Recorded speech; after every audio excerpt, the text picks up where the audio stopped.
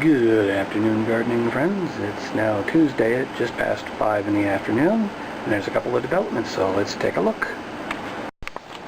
First off, it looks like we've got a couple of sprouts here and here on the fava beans in, there's actually one more. In one of those two planters that I was watching last weekend. And if you look carefully, you'll be able to see I've got one sprout in the other of those two planters, so it is working. I was getting a little nervous there that I wasn't going to get anything, but they're starting to sprout. And second, while it may not be too easy to see, because this is always just a hard angle to get with all the other green around it, but that is the Somerset tomato, the main plant. There was one branch, or a couple of branches that were sticking up that they didn't have much for vegetation on them, so I decided to just cut it back. So it's mostly the lively part of the plant now. And from those, I took a couple of cuttings and planted them to replace the ones that had died by this past weekend.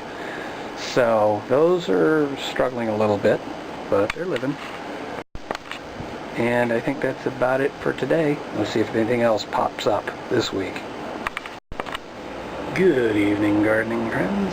It's now Saturday at a little after 5, and I'm afraid I've got some bad news. Looks like I'm going to be moving. Well, maybe it's good news. It depends on what the garden's going to look like where I move to. But as it stands, I'm going to have to tear most of this down in the next little bit. I'll keep recording, giving you updates as long as I can.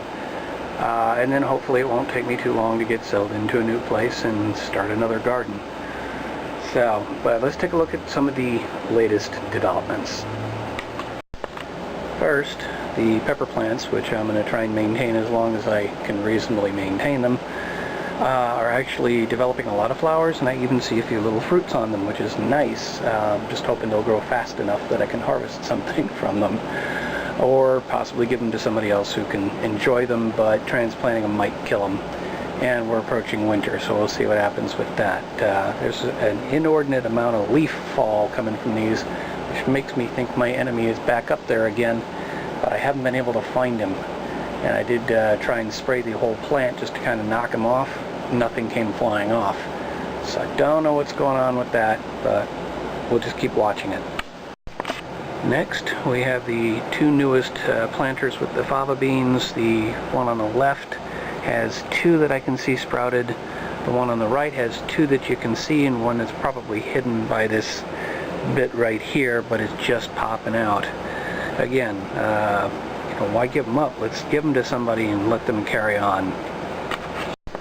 The tomato plants on the corner aren't doing anything. Well, the one on the left, you can probably see there's a lot of green growth at the bottom, but there's not going to be any time to really do anything with it, so I may end up yanking those and just emptying out the boxes in the next little bit. I'll probably empty out the soil in the boxes into a location in the front yard that's kind of missing any good soil. So if I do that, then maybe they'll get some more plants here. So just in time for me to realize that I'm leaving, I've discovered that this is indeed a 4 o'clock in this planter. If you look carefully, you can see on the right a couple of kind of lavender flowers. Maybe this is actually one of those pink 4 o'clock seeds that I planted that was given to me.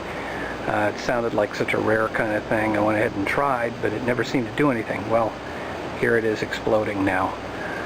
So I suppose that's a positive end to the week. This is the Budget Gardener signing off and saying, may your thumb be green.